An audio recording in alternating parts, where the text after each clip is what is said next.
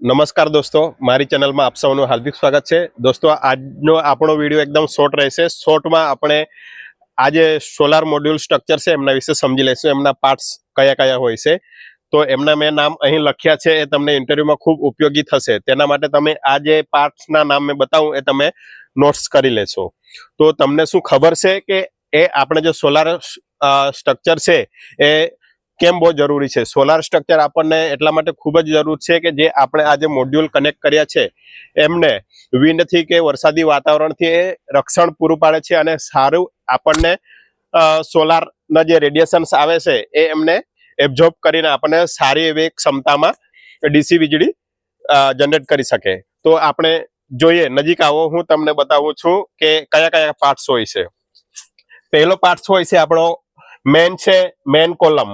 બરાબર, એમને આપણે આ ફાઉન્ડેશન ઉપર ઊભું કર્યું છે. આ મેન કોલમ છે.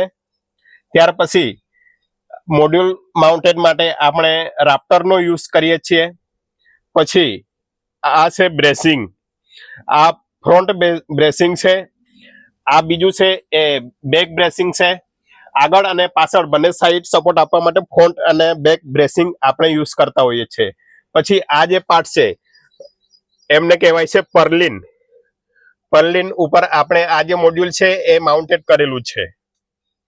અને આમના માટે કયું સ્ટીલનો ઉપયોગ કરવામાં આવે છે? ખાસ કરીને આપણને ઇન્ટરવ્યુમાં પ્રશ્નો પૂછતા હોય છે.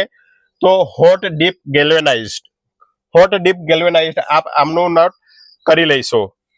અને આ માઉન્ટેડ થઈ ગયા પછી મોડ્યુલ ટુ મોડ્યુલ એમની સેફટી માટે આપણે એમને ગ્રાઉન્ડ પણ કરતા હોઈએ છીએ. તો આ જે દેખાય છે એ ગ્રાઉન્ડ છે, એમને અર્થિંગ કરેલું છે.